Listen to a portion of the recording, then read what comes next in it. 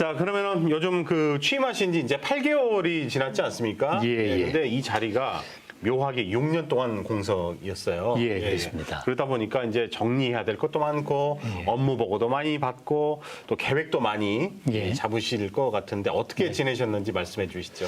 벌써 8개월이 지났나 실감이 안 날 정도로 무척 바쁘게 지난 것 같은데요. 네. 부임 초기에는 업무 파악만 끝나면 좀 한가해지겠거니 했는데 점점 더 바빠지고 있습니다. 그래요? 예, 그래서 일단 그 전당 내외에 안팎의 직원이나 시민사회단체와 이렇게 소통을 하면서 바삐 보내고요. 특히 전당의 문턱을 낮추기 위해서 좀 더 시민의 입장에서 더 편히 쉽게 찾아오시도록 여러 가지 시설물, 사이니지들을 보완했고 특히 콘텐츠의 내용들을 조금 대중적으로 보완해서 많은 분들이 전당을 쉽게 자주 찾아오시도록 노력하려 하고 바쁜 8개월을 보낸 것 같습니다. 네, 정말 바쁜 일상을 보내셨는데 국립아시아문화전당에서도 현재 정말 다양한 전시 그리고 공연이 진행이 되고 있죠. 어떤 것들이 진행이 되고 있는지 자세히 소개 좀 해주시죠. 지난 7일부터 오는 23일까지 우리 47억 아시아인들의 축제인 아시아 문화 주간 행사가 열립니다. 아시아의 문화를 서로 교류하고 소통하면서 체험하면서 느껴보는 그래서 연구, 심포지엄, 공연, 전시에 이르기까지 모두 33개가 넘는 다양한 그 프로그램이 진행 중인데요.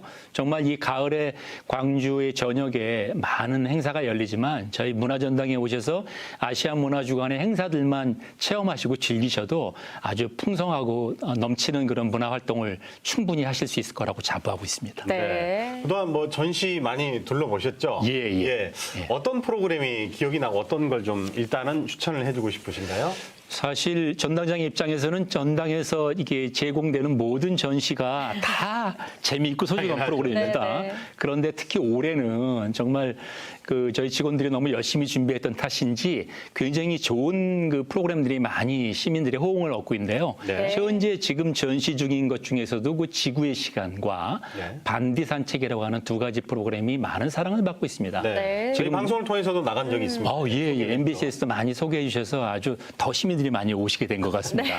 이 지구의 시간은 이제 지구의 어떤 생태 위기라든지 이런 환경에 대한 위기 같은 것들을 지구와 함께 이렇게 살아가기 위해서 저희가 고민해보는 그런 어떤 미디어 융복합 체험 콘텐츠이고 가족을 동반하고 어린아이들과 함께 자유롭게 떠들면서 시끄럽게 하면서 체험해볼 수 있는 아주 좋은 비디오 콘텐츠입니다. 그런가 하면 반디 산책은 또 지구와 화해하는 발걸음이라고 해서 저희 전당이 외부에 시설이 많지 않습니까? 1층은 전부 지상이 공원으로 되어 있고요. 그렇죠. 그래서 그 저희 전당에 특화된 야외 공간을 이렇게 두루 둘러보시면서 또 지구와 화해하는 손을 내밀고 지구의 환경 위기에 대응하는 어떤 고민들을 해보는 그야말로 공간 특화형 콘텐츠인데요. 그 두 가지 프로그램은 정말 놓치지 말고 꼭 한번 체험해 보시기를 강력히 추천해 드립니다. 네, 정말 요즘 가을이라 아침 저녁 할 것 없이 날씨가 정말 좋은데 밤낮으로 즐길 거리가 많은 국립아시아문화전당이고요. 그리고 지난 20일 중장기 발전 계획도 발표를 하셨는데 어떤 내용이었는지 좀 더 자세히 알려주시죠. 제가 정말 8개월을 무척 바쁘게 지냈다고 말씀을 드렸는데 그 가운데 가장 최근에 한 2달 정도는 이 아시아문화전당의 중장기 발전 전략 발표를 준비하느라고 바삐 지낸 것 같습니다. 네. 그동안 전당에 제가 부임을 해보니 40명이었던 공무원 조직이 아시아문화원과 통합되면서 통합전당으로 출범하면서 125명으로 늘었고 따라서 기존에 있던 직원보다 새로 이렇게 출범한 직원, 합류한 직원들이 더 많아졌습니다. 그래서 전당의 어떤 그 가치와 또 방향성을 공유하기 위해서는 우리가 새로운 중장기 전략을 고민해 보는 것이 필요하고 또 그런 전략을 마련하는 것이 좋겠다는 고민하에 직원들이 40여 차례의 내부 TF 회의를 통해서 그동안은 어찌 보면 그냥 문화의 서비스를 제공하는 제공자 중심의 어떤 문화기관의 역할이었다면 이제는 그것을 그 시민사회단체와 함께 협력하고 제공자 중심이 아니라 수용자 중심으로 문화예술기관의 어떤 트렌드를 바꾸고 그것을 반영하는 그래서 전당의 새로운 방향성을 새롭게 다시 고민해보는 그런 시간으로 마련을 했던 것이 중장기 발전 전략이었습니다. 네. 어젠다 세팅을 일방적으로 하는 게 아니라 서로 쌍방향 커뮤니케이션을 하겠다. 이런 뜻으로 해석이 되는데요. 자, 여러 가지 그 비전 전략도 많이 이제 펼친 걸로 알고 알고 있습니다. 네네. 예, 그것에 대해서 설명을 또 추가로 부탁드리겠습니다. 전당은 이 아시아 문화 중심 도시 조성에 관한 특별법상 아시아 문화에 대한 교류, 교육, 연구 등을 통해서 국가의 문화적 역량을 강화하는 것이 주된 목표로 설립된 기관입니다. 네네. 물론 5.18의 민주화 현장의 어떤 역사적 가치를 계승 발전하고 이것을 문화로 이를테면 이렇게 상승시키고 향상시켜서 전 세계에 소개하는 그런 중요한 역할도 하고 있는데요. 그래서 전당이 이제 이를 바탕으로 전당이 존재하는 이유가 무엇일까를 따져보는 하나의 미션을 저희가 고민을 하면서 네. 문화, 예술, 기술의 교류와 또 융복합을 통한 아시아 문화 가치의 확산이라고 저희의 그 비전을 결정을 하고 이어서 미션을 결정을 하고 그다음에 이제 비전은 그 기관이 나가고자 하는 어떤 향후 가치 또 되고자 하는 어떤 바람직한 모델이라고 볼 수 있는데요. 그래서 세계 수준의 아시아 동시대 문화예술을 선도하는 글로벌 기관이 되겠다라고 하는 것을 저희가 이제 비전으로 설정을 했습니다. 그래서 교류라든지 그다음에 연구조사의 창제작 그리고 고객 중심 그리고 조직과 서비스의 역량을 강화하는 이런 크게 4가지의 전략 목표를 설정을 하고 향후 또 실천 과제로 5가지의 방향성을 따로 마련을 했습니다. 네, 방금 말씀해주신 5개 방향성에 대해서도 예. 좀 더 구체적으로 설명해 주실 수 있을까요? 우선 첫 번째는 교류인데요. 이 아시안 문화 교류의 협력을 완성하고 그를 통해서 국내외 교류 협력의 채널들을 다양화해서 네트워크를 강화하는 그런 목표를 세웠고요. 두 번째 방향성은 디지털 문화 자원입니다. 저희 전당이 갖고 있는 아시아 문화 자원이 되게 많은데요. 그런 아시아 문화 자원을 디지털 전환을 통해서 보존하고 또 실제로 이 문화 창의 산업, 방송이라든지 영화라든지 게임이라든지 이런 관련 그 창의 산업의 수요에 걸맞게 그것들을 제공하고 보급하는 그러한 역할로 방향성을 잡았고요.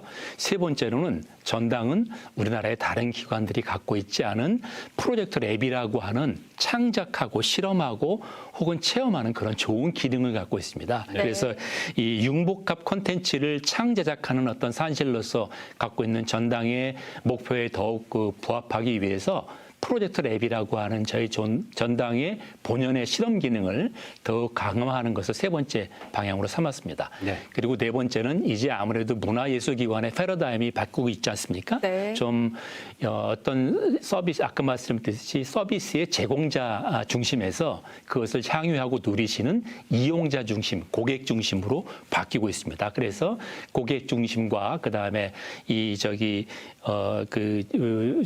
더 가치의 어떤 그 ESG 경영들을 포함해서 지속 가능한 경영을 할 수 있도록 고객 중심 서비스를 강화하는 것을 네 번째로 했고요. 마지막은 거버넌스입니다. 전당이 전당의 직원들만 그리고 전당장만 운영하는 것이 아니라 지역사회단체와 교류하면서 네. 전당의 운영에도 지역사회 의견들을 많이 반영시키는 그런 그 5가지의 목표를 저희 전당의 향후 구체적인 방향으로 설정을 했습니다. 네. 근데 아직도 국립아시아문화전당의 어떤 그 공연이나 전시가 어렵다라고 하는 목소리도 없지 않습니다. 네. 이렇게 5가지, 5번째로 말씀하신 그 시민들과의 소통 문제가 더 강화가 돼야 될 것 같은데요. 네. 구체적인 방안이 있을까요? 사실 아시안 문화 중심 도시라고 하는 우리 광주 지역의 큰 현안과 목표가 있듯이 저희 전당만의 노력 혼자만으로 이 문화 도시 조성이 되는 것은 아니라고 생각합니다.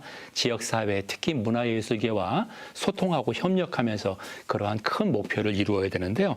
그래서 제가 이제 전당장에 취임을 하면서 지역의 문화예술계와 3월부터 격월로 정리의 소통 협의체를 구성을 해서 항상 의견들을 듣고 말씀들을 또 소통하면서 교류하고 있고요. 네. 특히 광주시하고도 아주 밀접한 협력이 필요하지 않겠습니까? 중요하죠. 그래서 광주시도 그 문화부시장님을 중심으로 해서 저와 저희 전당의 과장님들 또 문화부시장과 이런 문화예술 그 정책관들이 모여서 정리 협의를 격월로 역시 운영을 하고 있습니다.